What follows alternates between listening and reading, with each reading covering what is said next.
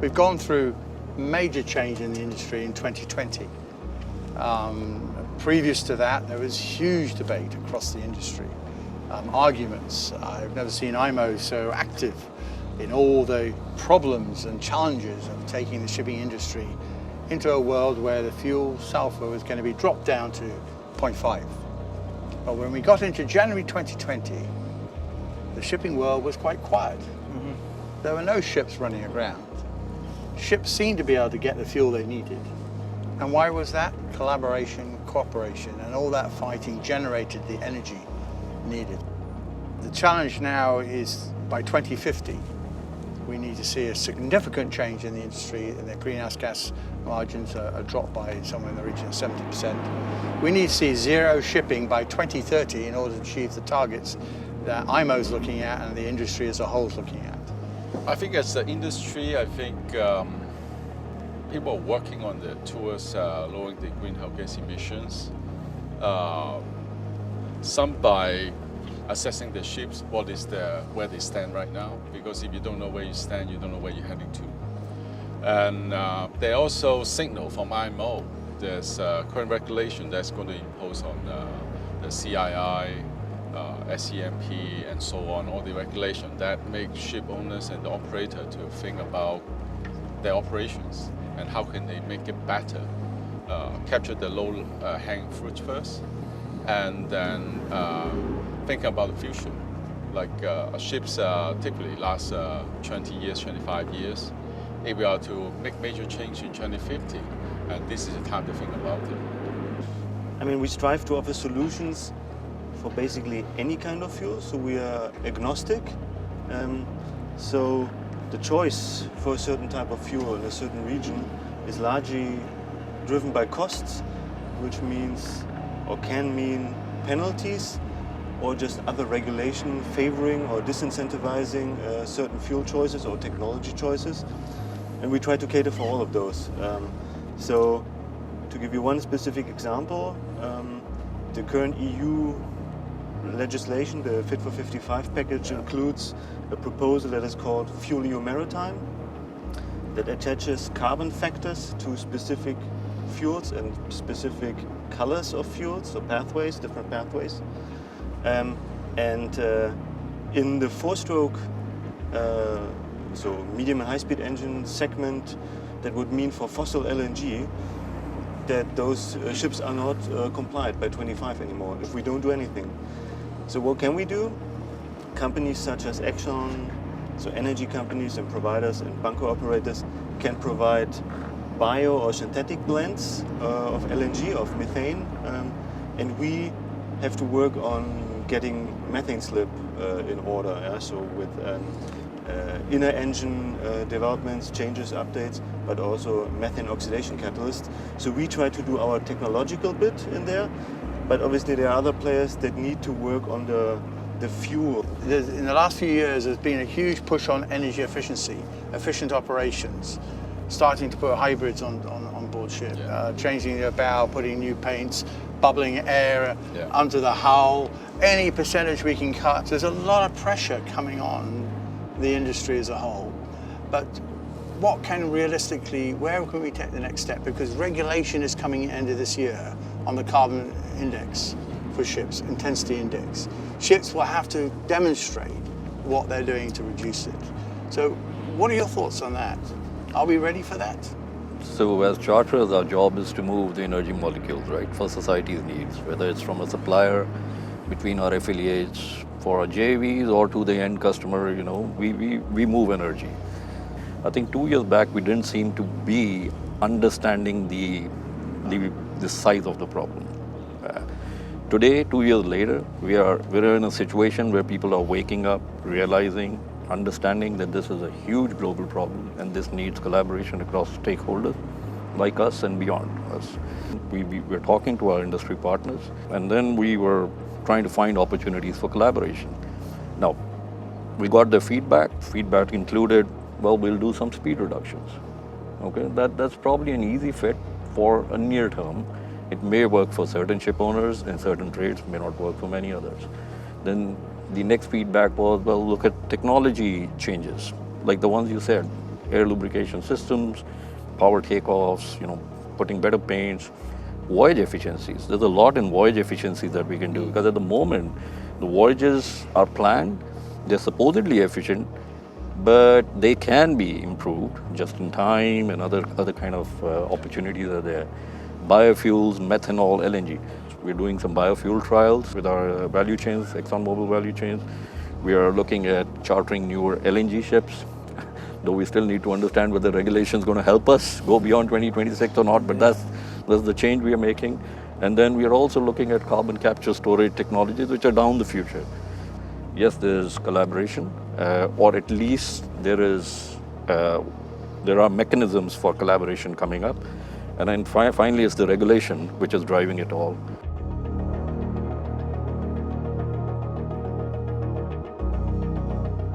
I mean, you were talking about different fuels and collaboration. I think it'd be good, Ken, if you just expounded. Most people will know now pretty well which are the fuels out there, but which are the key players going forward, the fuels in the race, so to speak? I will start off with now that is more available and closer to the future. It will be biofuels or the biofuel blends. So these fuels that are derived from biomass, such as vegetables, such as seed, oilseed, and so. And then they are manufactured and turned into a biodiesel, which can then blend it into existing marine fuel. In fact, the marine fuel standard now has a fuel category for this sort of biofuel blend. But now what we're looking at is to go beyond that, to have a higher biofuel blend to further lower the greenhouse gas emissions. And of course, the advantage of that is that it's a lot more established, it's compatible with the existing fuel infrastructure, and then existing ships can use it and take advantage of it, and you don't need to make a further investment. And some of the concern, I would say, is the fuel availability aspect, because the same molecule can also be used for other transportation, such as the heavy-duty industry, heavy-duty trucks, as well as now we're talking about in aviations. So there may not be enough molecule going around for every industry and for every players in, say, marine. There's also, people talk about perhaps using hydrogen itself, because hydrogen potentially can be made abundantly. And hydrogen potentially have some potentials here for marine. When you burn or reacted in a fuel cell, the only product you get is water. And the biggest challenge perhaps for hydrogen is how do you store it? Hydrogen, Materials. Yes, that's right. Yeah. Hydrogen is the lightest molecule in the universe. And in order to carry a large quantity that's sufficient to power ships across the ocean, you need to store a lot of them. And storing a huge quantity of hydrogen is not an easy task. You could compress it or liquefy it, and even then, the energy density is about 1/5 to 1/10 of what you get from diesel fuel. So to operate her, that means the tank would be 10 times bigger. So that could be a challenge, or maybe, for some application, maybe very limited. Right behind us now and keeping us safe at this moment is a small band of professional mariners trained in oil and hydrocarbons. But if we go into different disciplines, cryofuels, chemical type derivatives, these guys have to be retrained, and that's not a 5-minute process. You might have to spend 6 months or a year on it, training in a different role entirely on a chemical tanker or a gas tanker in order to endorse your qualifications. So that the guy's still a master mariner, but to get the chemical endorsement or the gas endorsement, he has to retrain from an oil tanker, and that's going to take at least a year, I would suggest, per individual. I mean, ammonia sounds to be the solution when marine IMO looks at tank to wake, where there's no carbon, so it's really good. But on a life cycle analysis aspect, when that's applied, it's a different story. And the toxicity, and I know for Lloyd's as a classification society, we've just made the rules now for building a ship with ammonia, and having been working, there's an ammonia ship being launched for 2024, 25 will come out and operate on ammonia. So the process is beginning. It doesn't necessarily mean that ammonia will be the dominant fuel, it may be one of the solutions for the future. We're sitting on this barge here with a single type of fuel, petroleum fuels, different grades, distillate or residual, but essentially a petroleum fuel being supplied to ships. And that's been done for decades. And we're fortunate to have here the barge that we're sitting on, and we're being heated not only from up there, but down here as well. But one of the biggest struggles for small barge companies is how do they transit? I mean, we've got passenger ships coming in here, they want LNG or gas oil or heavy fuel. Well, I can give you the petroleum fuels, but a gas oil, an LNG ship will need another barge. So we're talking about multiple fuels. Does that mean we're going to have multiple fuels available in this port?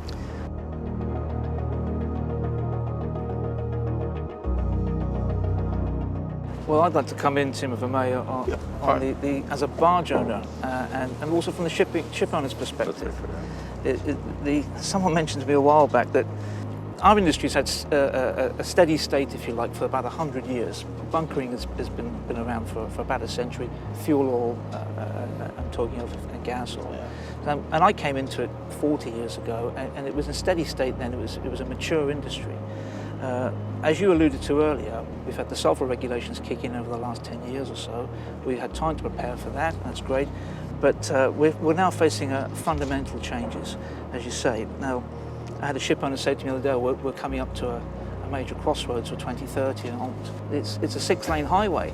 And ship owners are in a dilemma of which technology to adopt. And from our perspective, this barge we're set on now, it's a $20 million investment.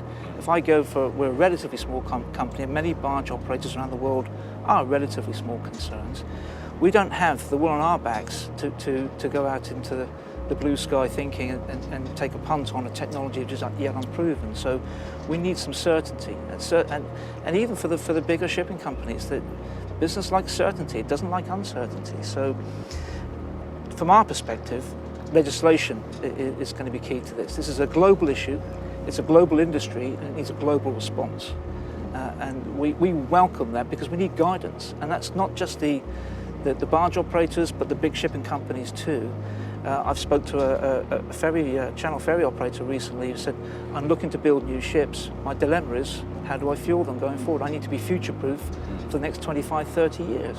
We want to do the right thing, but we can't afford to do it in one big swoop. It has to be done in stages from IMO and from government level, and a global move towards clarifying some of the options that are going for us to move into. Maybe if I may, because the discussion we're having now around all those alternative fuels, we had those discussions when LNG was introduced as the first alternative fuel. Yeah? So how to finance it, where is the bunkering infrastructure coming from, is the technology ready, and so on. Yeah? So similar discussions, safety, crew training. So first of all, I believe we should not wait for IMO.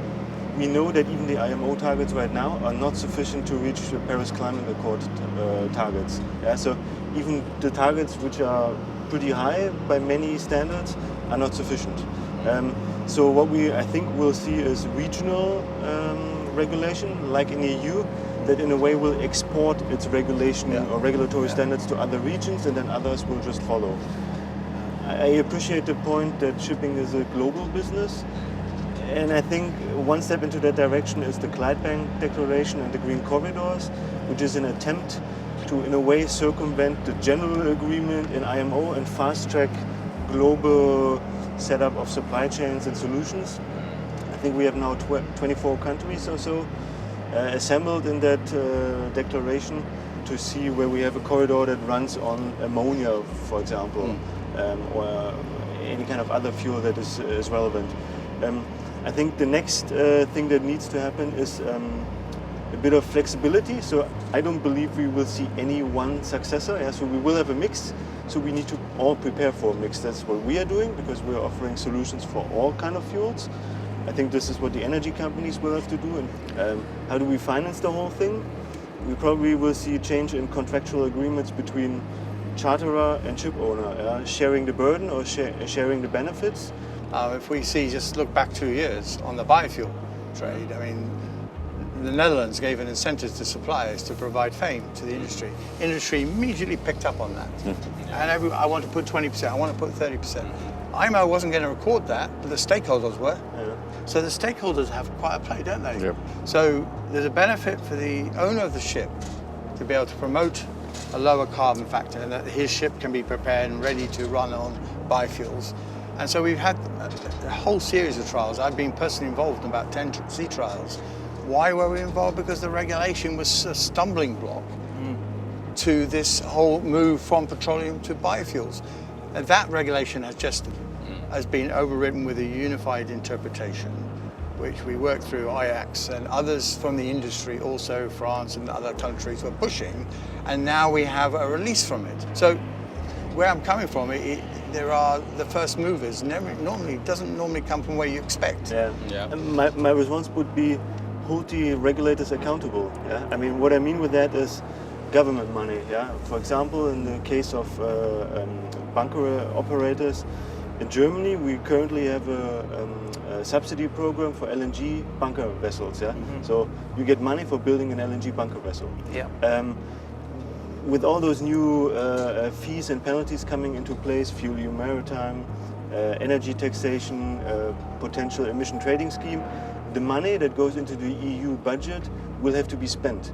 So why not using it to cross-subsidize the uptake of cleaner fuels, conversions, retrofits to cleaner vessels? We're being tasked with doing the right thing, and the industry wants to do the right thing. But it's costly. Legislation does have to work with us. Yes. It's not so easy to be a first mover, and if you're the first mover outside the legislation, you're out of business anyway. Shipping it underpins the global economy. We like it or not, 90% of world trade beyond that is by sea, and that's what makes the world go round for us in terms of as the human race. So we need to balance those needs with the needs to keep protect the environment, of course.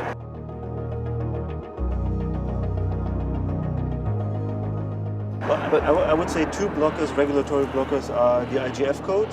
So I know we have intermediate guidelines for methanol, but we don't have anything for ammonia or hydrogen. Still working on it, I wouldn't see the classes or the class societies, they all have published something and will publish something by the end of this year for all the fuels. That's not an issue in my view.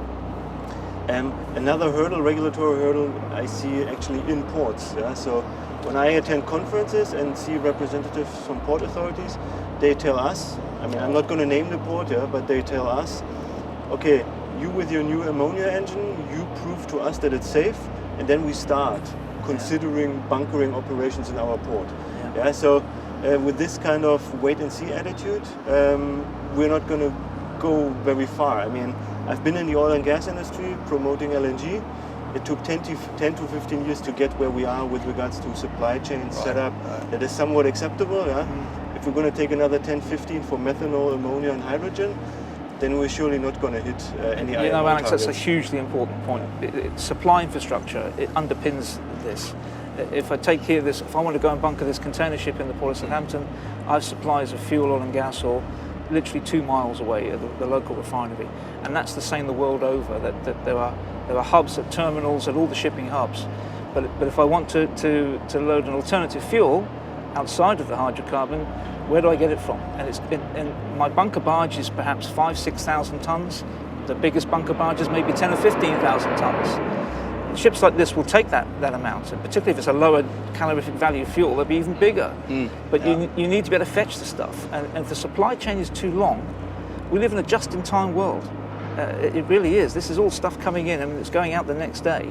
If I don't turn up with bunkers in a reliable manner, I'm going to disrupt that supply chain.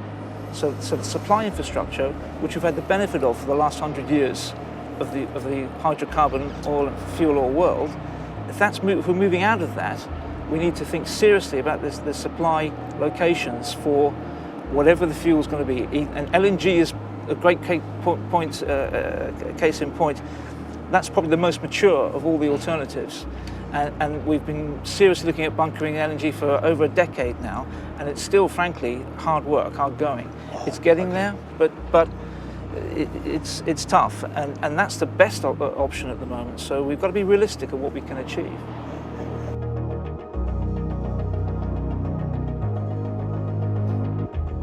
methanol or ammonia or hydrogen are new fuels.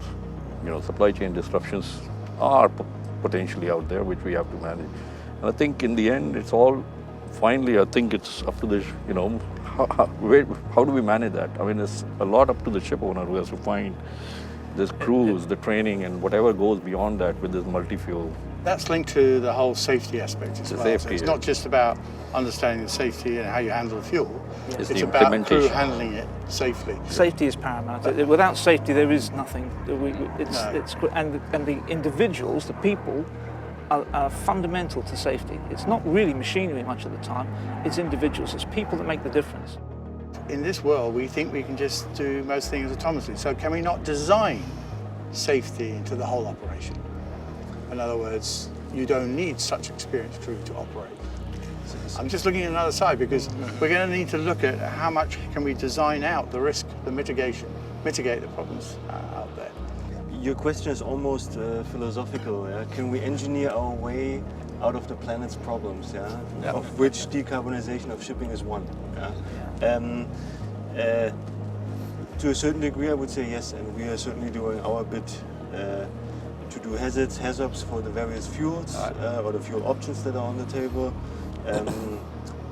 Also avoid leakages and minimize slips. And we actually have patents pending for an ammonia recirculation system, a catch system.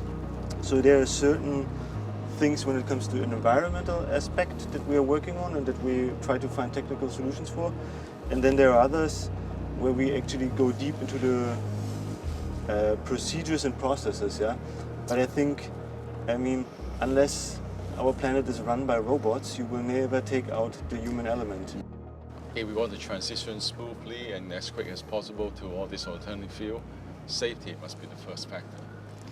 I couldn't agree more with what you're saying, and this gradual transition, this hybridization of technologies, to me is key. And as you said earlier, we cannot afford failure. Failure is not an option. If we have an accident with one of these alternative fuels, it will set us back tremendously.